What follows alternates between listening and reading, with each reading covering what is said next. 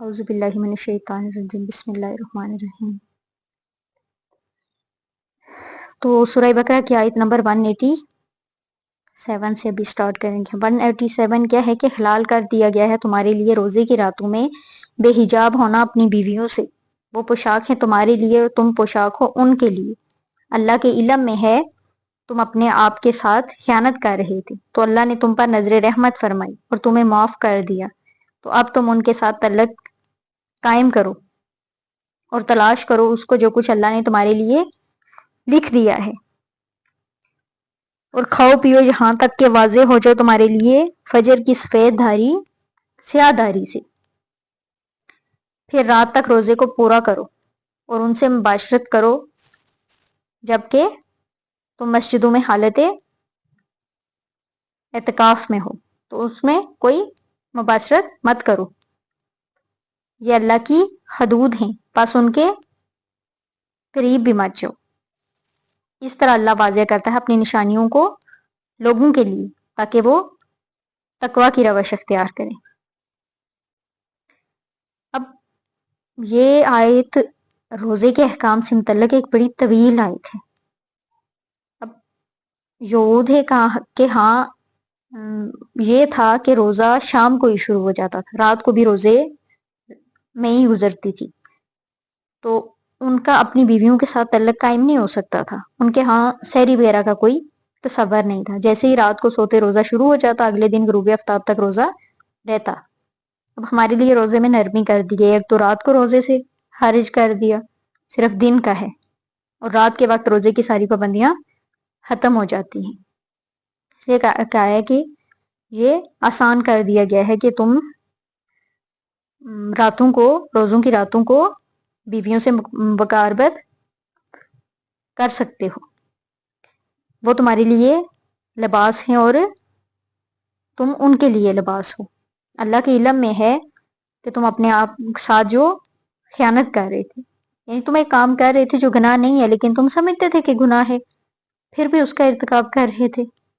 اس طرح سے تم اپنے آپ سے خیانت کے مرتکب ہو رہے تھے، تو اللہ تعالیٰ نے تم پر رحمت کی نظر فرمائی، اس سلسلے میں جو بھی خطائیں ہوئی ہیں وہ معاف کی۔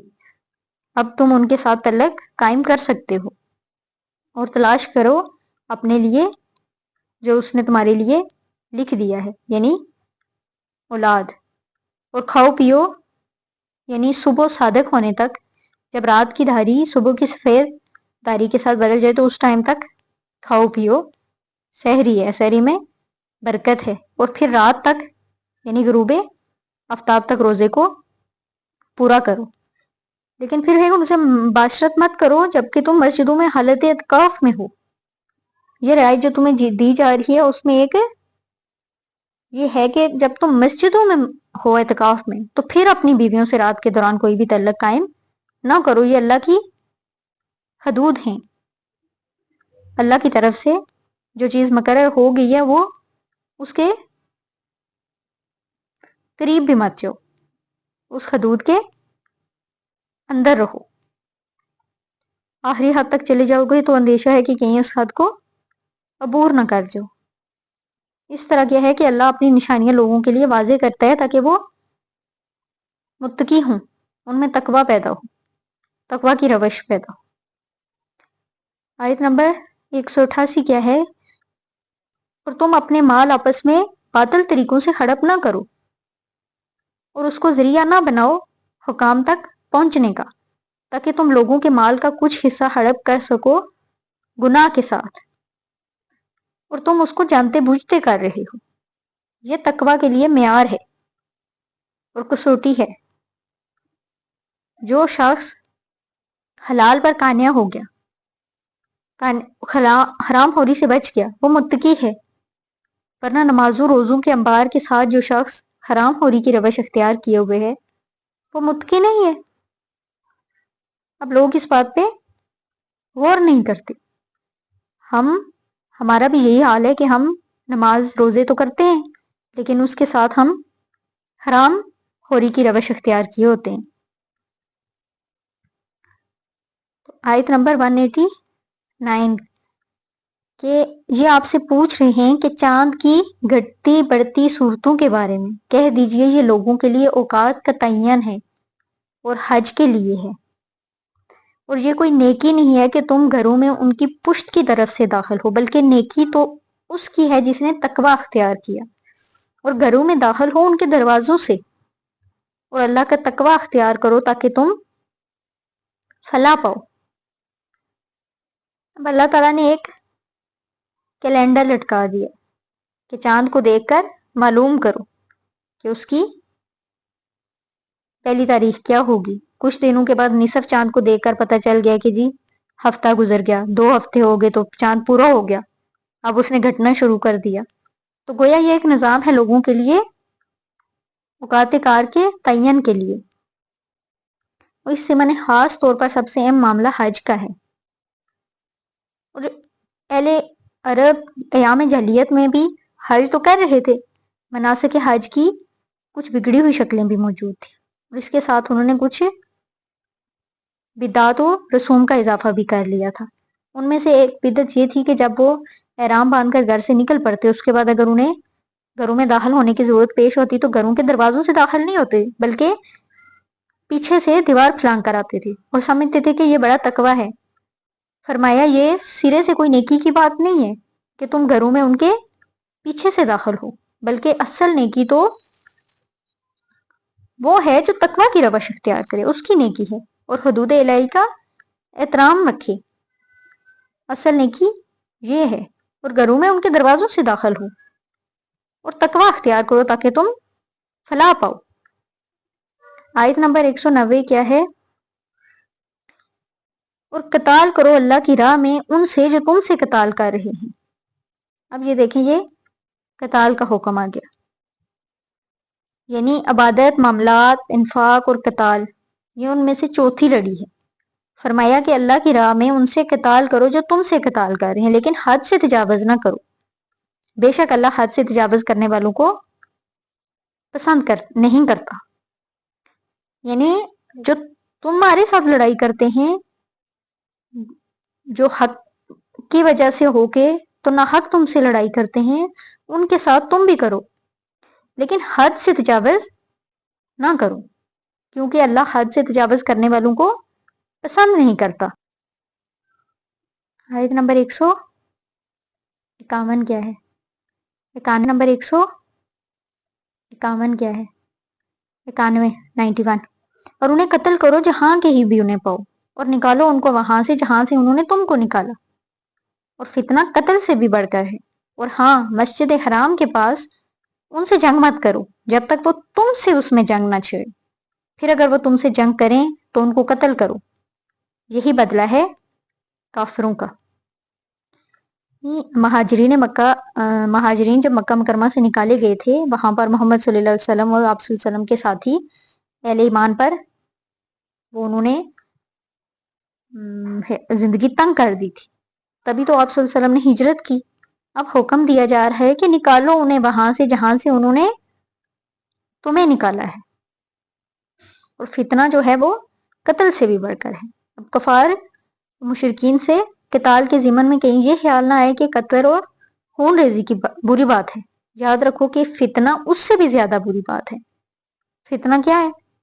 ایسے حالات جن میں انسان خدائے واحد کی بندگی نہ کر سکے، اسے غلط کاموں پر مجبور کیا جائے، وہ حرام خوری پر مجبور ہو گیا، یہ سارے حالات فتنہ ہیں۔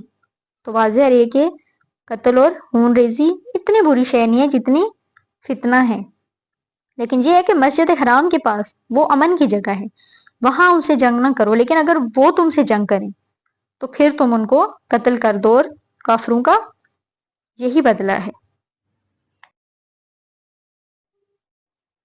192 کیا ہے؟ پھر اگر وہ باز آ جائیں تو یقیناً اللہ بخشنے والا مہربان ہے، یعنی کہ اگر پھر وہ باز آ گئے تو پھر اللہ بخشنے والا مہربان ہے، پھر تم بھی ان سے وہاں نہ لڑو۔ 100 لڑو ان سے یہاں تک کہ فتنہ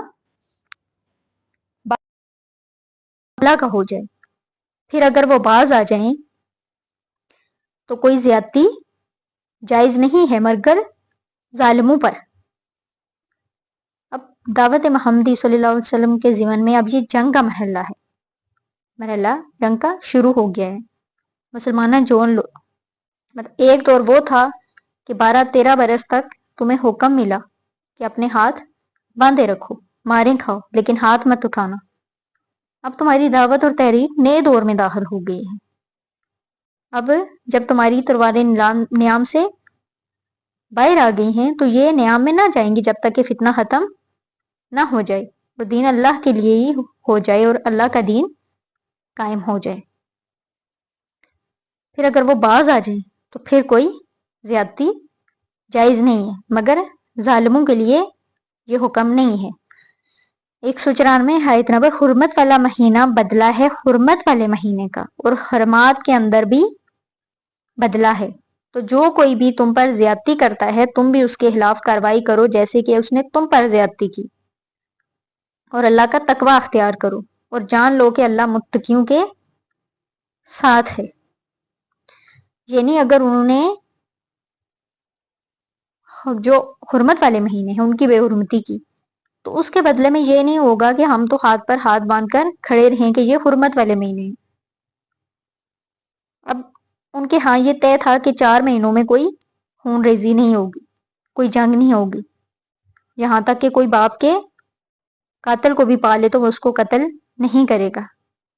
لیکن یہاں یہ وضاحت دی جا رہی ہے کہ جو حرمت والے مہینوں میں جنگ واقعتاً بہت بڑا گناہ ہے، لیکن اگر کفار کی طرف سے ان کی حرمت کا لحاظ نہ رکھا جائے، وہ اقدام کریں، تو اب یہ نہیں ہوگا کہ ہاتھ پاؤں باندھ کر اپنے آپ کو پیش کر دیا جائے، بلکہ جو ابھی کارروائی کرنا ہوگی۔ جو تم پر زیادتی کرے گا تم بھی اس کے خلاف کارروائی کرو جس طرح سے اس نے تم پر زیادتی کی، اور اللہ کا تقوی اختیار کرو۔ اللہ متقیوں کے ساتھ ہے، یعنی اللہ کی تائید و نصرت اور اس کی مدد اہل تقوی کے لیے آئے گی۔ آیت نمبر 195 کیا ہے؟ اور خرچ کرو اللہ کی راہ میں اور مر ڈالو اپنے آپ کو اپنے ہاتھوں ہلاکت میں، اور احسان کی روش اختیار کرو، اللہ یقیناً محسنین کو احسان پر فائز جو ہو جائیں۔ محسنین ہوتے ہیں ان لوگوں کو کہ جو اعلیٰ درجے پر فائز ہو جائیں۔ ان اللہ یحب المحسنین، یقیناً اللہ محسنین پسند۔ یعنی کیا ہے کہ اپنے دین کے اندر خوبصورتی پیدا کرو، دین میں بہتر سے بہتر مقام حاصل کرنے کی کوشش کرو۔ ہمارا معاملہ یہ ہے کہ دنیا میں آگے سے آگے اور دین میں پیچھے سے پیچھے رہنے کی کوشش کرتے ہیں۔ آیت نمبر 196 کیا ہے؟ اور حج اور عمرہ مکمل کرو اللہ کے لیے، پھر اگر تمہیں گھیر لیا جائے تو جو کوئی بھی قربانی میسر ہو وہ پیش کر دو، اور اپنے سر اس وقت تک نہ مونڈو جب تک کہ قربانی اپنی جگہ نہ پہنچ جائے۔ پھر جو کوئی تم میں سے بیمار ہو یا اس کے سر میں کوئی تکلیف ہو تو وہ فدیہ کے طور پر روزے رکھے یا صدقہ دے یا قربانی کرے۔ پھر جب تم امن حاصل کرو تو جو کوئی بھی فائدہ اٹھائے عمرے کا حج سے قبل تو وہ قربانی پیش کرے جو اسے میسر ہو، اور جس کو قربانی نہ ملے وہ 3 دن کے روزے ایام حج میں رکھے، اور 7 روزے رکھو جب تم واپس پہنچ جاؤ، یہ کل 10 روزے ہوں گے۔ یہ اس کے لیے ہے جس کے گھر والے مسجد حرام کے قریب نہ رہتے ہوں، اور اللہ کا تقوی اختیار کرو اور خوب جان لو کہ اللہ سزا دینے میں بھی بہت سخت ہے۔ اب عمرہ کے لیے احرام تو مدینہ منورہ سے 7 میل باہر نکل کر ہی باندھ لیا جاتا ہے، لیکن حج مکمل تب ہوگا جب طواف بھی ہوگا، وقوف عرفہ بھی ہوگا، اور اس کے سارے مناسک ادا کیے جائیں گے۔ لہٰذا جو بھی شخص حج یا عمرہ کی نیت کر لے تو پھر اس کے تمام مناسک کو مکمل کرنا چاہیے، کوئی کمی نہ رہے۔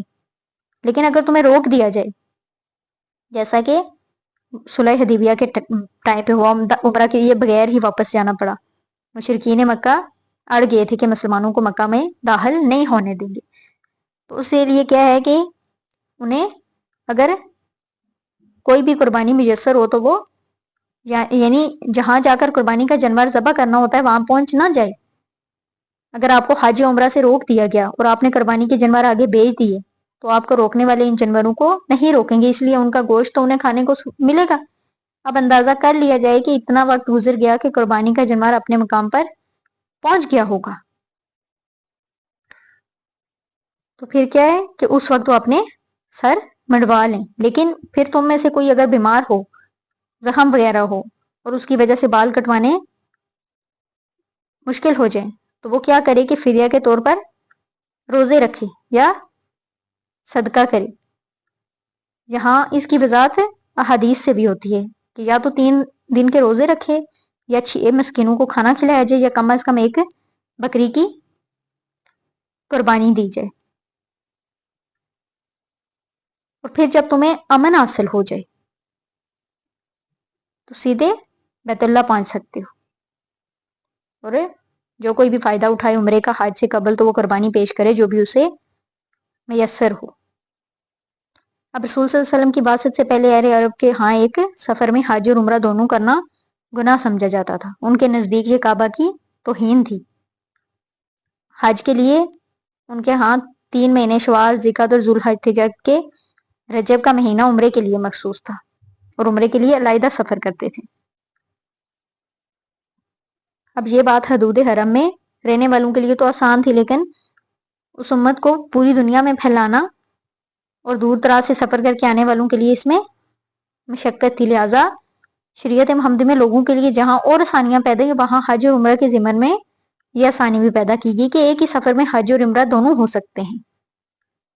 اور جس کو قربانی نہ ملے تو وہ 3 دن کے روزے رکھے حج کے دنوں میں, یعنی حج میں 7ویں, 8ویں اور 9ویں ذی الحج کو روزہ رکھے, 10ویں کا روزہ نہیں ہو کیونکہ وہ عید کا دن ہے. اور 7 روزے اس وقت رکھے جب واپس اپنے گھروں میں آ جائے. یہ ان کے لیے رعایت ہے جو مسجد حرم کے قریب نہ رہتے ہوں, یعنی حدود حرم سے کے باہر سے حج کرنے کے لیے آئے. اور اللہ کا تقوی اختیار کرو اور جان لو کہ اللہ سزا دینے میں بھی بہت سخت ہے. یہ آیت نمبر 196 تھی. آج کے لیے اتنا ہی ہے, یہیں سے ہم آگے سٹارٹ کریں گے. ہماری اس کاوش کو اپنی بارگاہ الہی میں قبول و منظور فرمائے. آمین ثم آمین.